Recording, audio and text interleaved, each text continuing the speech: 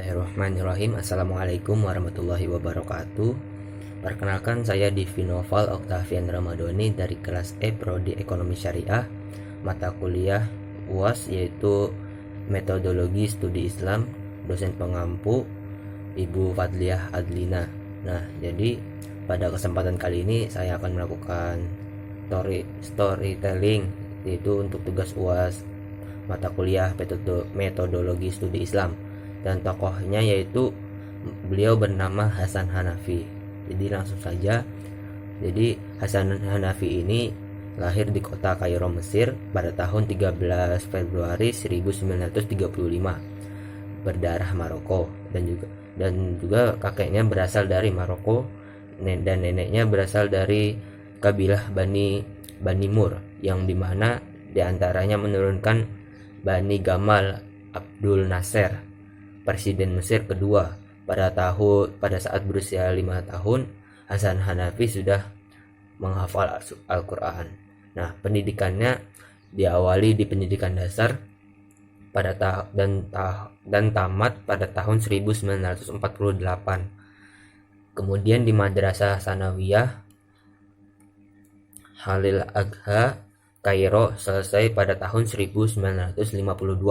Nah, selama di Sanawiyah, Hasan Hanafi ini sudah aktif mengikuti diskusi kelompok Ikhwanul Muslimin, sehingga dia paham tentang pemikiran yang dikembangkan dan aktivitas-aktivitas sosial yang dilakukan oleh organisasi tersebut.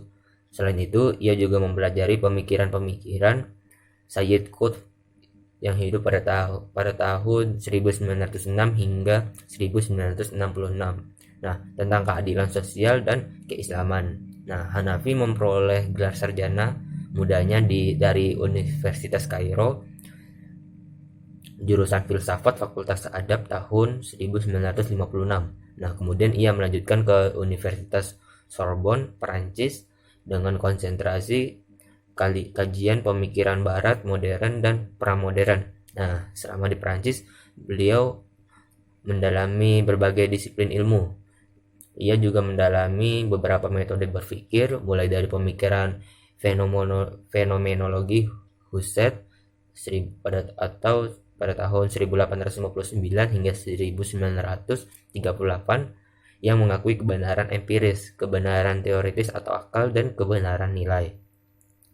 Terus kemudian ia juga mendalami pemikiran pembaruan dan sejarah filsafat dari Jean Guiton pada tahun 1901 hingga 1999, sampai analisis kesadaran Paul Ricoeur pada tahun 1913 hingga 2006. Nah, dan juga pemikiran dari Louis Massignon 1883 sampai 1962. Nah, dalam bidang pembaruan. Nah, perjalanan ilmiah Hanafi selama di Perancis berlangsung selama kurang lebih 10 tahun, yang membuatnya memiliki kesan abadi pada perkembangan intelektualnya, yang membuat berucap, "Itulah Barat yang aku pelajari, aku cintai, aku kritik, dan akhirnya aku benci." Namun, walaupun di kemudian hari ia mengkritik dan bahkan menolak Barat, tetapi tidak bisa dipungkiri bahwa ide-ide liberalisme Barat, demokratisasi, rasionalisme, dan juga pencerahannya telah merasuk dan mempengaruhi pemikiran Hanafi. Nah, pada tahun 1966 ia berhasil menyelesaikan program master dan dokternya.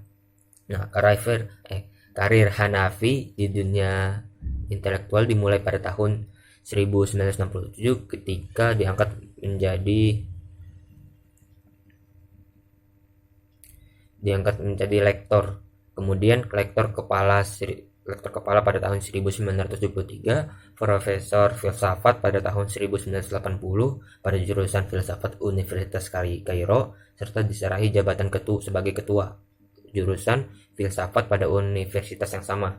Nah, selain itu ia juga aktif di beberapa negara dan perguruan tinggi internasional sebagai dosen tamu. Nah, seperti di Perancis pada tahun 1969, di Belgia pada tahun 1970, di Temple University Philadelphia, Amerika Serikat pada tahun 1971 hingga 1975, terus di Universitas Kuwait pada tahun 1979 dan Universitas Fes Maroko pada tahun 1982 hingga 1984. Nah, selanjutnya beliau diangkat sebagai guru besar pada Universitas Tokyo pada tahun 1984 hingga 1985.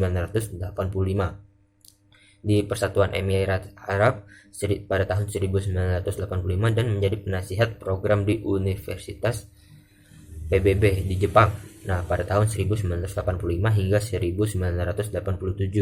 Nah, di samping menggeluti dunia akademik, Hanafi juga aktif dalam organisasi kemasyarakatan seperti Persatuan Masyarakat Filsafat Mesir sebagai sekretaris umum, anggota Ikatan Penulis Asia Afrika, dan wakil presiden Persatuan Masyarakat Filsafat Arab. Nah, pemikirannya tersebut di dunia Arab dan Eropa pada tahun 1981 ia memprakarsai sekaligus menjadi pemimpin redaksi jurnal ilmiah yaitu Al-Yasar Al-Islami atau Kiri Islam. Pemikirannya dalam jurnal tersebut memancing reaksi keras dari penguasa Mesir pada saat itu, yaitu Anwar Sadat pada tahun 1918 hingga 1981. Nah, sehingga menyeret Hanafi mendekam dalam penjara. Sejak saat itu, jurnal Al-Yasar Al-Islami tidak pernah terbit lagi. Namun pemikiran Al-Yasar Al-Islami tidak pernah hilang tidak pernah hilang di kalangan umat Islam, bahkan menjadi kajian yang menarik dan layak untuk diteliti dan dikembangkan. Nah, seperti yang telah diungkap di atas bahwasanya meskipun Hanafi menolak dan mengkritik Barat, namun ide-ide Barat telah mempengaruhi pemikirannya. Oleh karena itu, Kazuo Shimogaki dalam bukunya Kiri Islam mengatakan bahwa Hanafi adalah seorang modernis liberal seperti Lutfi As-Sayyid, Taha Hussein, dan Al-Aqad. Nah, salah satu keprihatinan Hanafi adalah bagaimana melanjutkan proyek yang didesain untuk membuat dunia Islam bergerak menuju pencerahan yang menyeluruh. Nah, Hanafi melihat umat Islam pada masa itu berada dalam ketidakbebasan, keprihatinan, dan berada dalam bayang-bayang negara Barat. Nah, karya-karya Hanafi mencakup buku yaitu Islam in the World, Religion, Ideology and Development. Yang kedua ada Islam in the Modern World, Tradition, Revolution and Culture. Nah, untuk selebihnya akan saya tampilkan di video terakhir. Lanjut, untuk pemikiran Hanafi ini yaitu ajaran inti Islam adalah tauhid, yang dimana tauhid adalah basis Islam. Hanafi beranggapan untuk membangun kembali peradaban Islam tidak bisa dengan membangun kembali semua tauhid itu. Nah, tauhid adalah sebuah pandangan dunia asal seluruh pengetahuan. Oleh karena itu, kita harus mengkaji yang dimana konsep tauhid, dan kita akan melihat bagaimana pandangan dunia tauhid itu berfungsi untuk membangun dunia Islam. Hasan Hanafi mengajukan konsep baru tentang konsep teologi Islam yang ilmiah dan membumi sebagai alternatif atas kritiknya bahwa teologi tidak ilmiah dan melangit. Tujuannya yaitu sudah barang tentu untuk menjadikan teologi tidak sekedar sebagai dogma keagamaan yang kosong tanpa makna, tetapi menjelma sebagai ilmu tentang perjuangan sosial, menjadikan keimanan berfungsi secara aktual sebagai landasan etik dan motivasi tindakan manusia. Karena itu gagasan Hanafi berkaitan dengan teologi adalah berusaha untuk mentransformasikan teologi tradisional yang bersifat teosentris menuju antroposentris. Nah, dari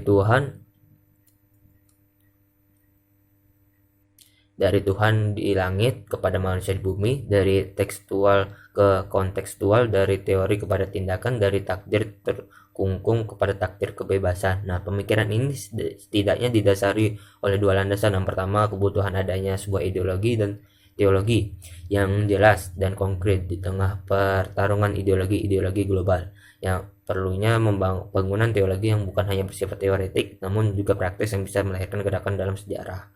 Nah, dan juga Hanafi menawarkan dua teori yang ia gunakan untuk mengatasi kekurangan teologi klasik yang bersifat teosentris. Yang pertama, analisa bahasa dan istilah dalam teologi klasik adalah warisan umat Islam terdahulu yang seolah-olah menjadi doktrin yang khas yang sudah paten dan tidak bisa diganggu gugat.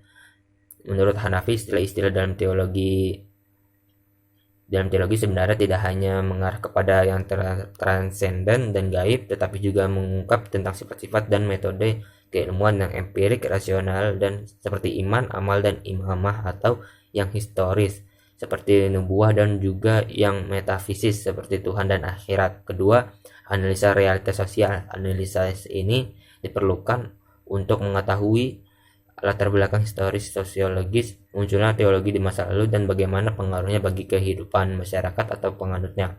Nah, selanjutnya analisis realitas sosial digunakan untuk menentukan arah dan orientasi teologi kontemporer.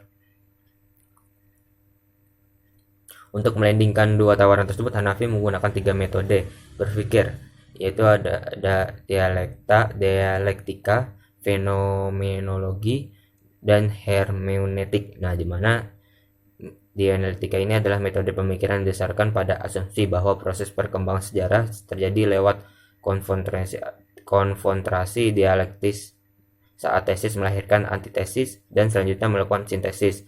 Hanafi menggunakan fenomenologi untuk menganalisis, memahami, dan memetakan realitas sosial, politik, ekonomi, realitas dunia Islam, dan realitas tantangan Barat yang di atasnya dibangun sebuah revolusi.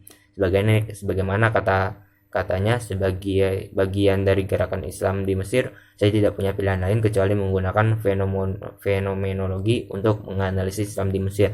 Dengan metode ini, Hanafi ingin realitas Islam berbicara sendiri mengenai kondisi mereka.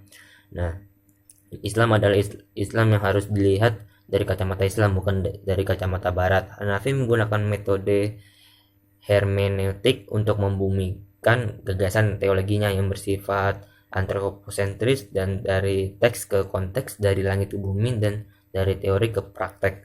Nah, terus menurut saya pemikiran yang dimiliki oleh Hasan Hanafi ini dikarenakan memperhatikan kondisi umat Islam pada saat itu dan pengaruh Barat yang terbendung lagi. Nah, dan juga yang membuatnya memiliki kesan abadi seperti kata-katanya, yaitu pada perkembangan intelektual yang membuatnya berucap, itulah Barat yang aku pelajari dan aku cintai, aku kritik, dan akhirnya aku benci. Nah, seperti itu. Namun meskipun demikian, di kemudian hari ia mengkritik dan bahkan menolak Barat, tetapi pemikirannya bahwa ide-idenya itu liberalisme Barat, demokratisasi, rasionalisme, dan pencerahannya telah merasuk dan mempengaruhi pemikiran Hasan Hanafi. Nah, lalu dapat kita simpulkan, yaitu pelajaran dapat kita pelajari adalah teologi yang selama ini dipahami oleh umat Islam menurut Hanafi itu tidak membawa perubahan untuk semangat kemajuan di kalangan umat Islam. Nah, konsep-konsep teologi yang ditafsirkan oleh para ahli teolog terlalu bersifat teosentris dan sama sekali belum menjamah aspek antroposentri, di mana teologi merupakan dasar agama Islam dan semangat yang mendasari lahirnya ilmu-ilmu pengetahuan dan semangat keagamaan. Maka dari itu konsep teologi harus bisa dipahami manusia dalam kaitannya dengan perilaku kehidupan manusia. Karena teologi yang teosentris melangit akan tidak mempunyai arti apa-apa atau kosong bagi aktualisasi manusia di muka bumi. Meskipun pemikiran dari Hanafi ini kontroversial, bahkan sampai menyeretnya ke dalam penjara, namun telah menginspirasi banyak umat Islam. Pemikirannya tentang Al-Yasar Al-Islami tidak menghilang begitu saja, walaupun jurnalnya hanya terbit sekali saja. Pemikiran dari Hanafi ini juga membuka persepsi bahwa kita umat Islam bisa menandingi Barat. Peradaban Barat yang penuh dengan doktrin imperialisme, Zionisme, dan kapitalisme harus dilawan dengan pemikiran-pemikiran yang progresif. Salah satunya adalah rekonstruksi teologi antroposentris. Nah, dan juga jelas bahwa gagasan dari Hanafi ini adalah langkah berani dan maju dalam upaya untuk meningkatkan kualitas umat Islam dalam mengejar ketertinggalannya di hadapan orang Barat. Walaupun ada anggapan miring yang menyebutkan bahwa rekonstruksi teologi yang dilakukan oleh Hanafi dengan cara mengubah term-term teologi yang bersifat spiritual dan menjadi sekedar material duniawi akan bisa menggiring pada pemahaman agama menjadi hanya sebagai agenda sosial, praktis dan fungsional, lepas dari muatan-muatan spiritual dan transenden. Namun sangat jelas bisa ditarik kesimpulan kalau pemikiran Hanafi ini dalam dinasti Islam patut untuk dijadikan sebuah kajian dan tidak bisa dianggap remeh.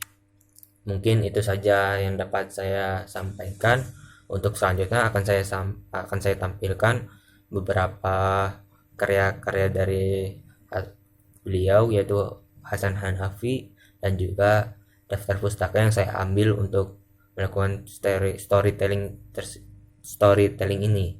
Mungkin itu saja dari saya. Sekian. Wassalamualaikum warahmatullahi wabarakatuh.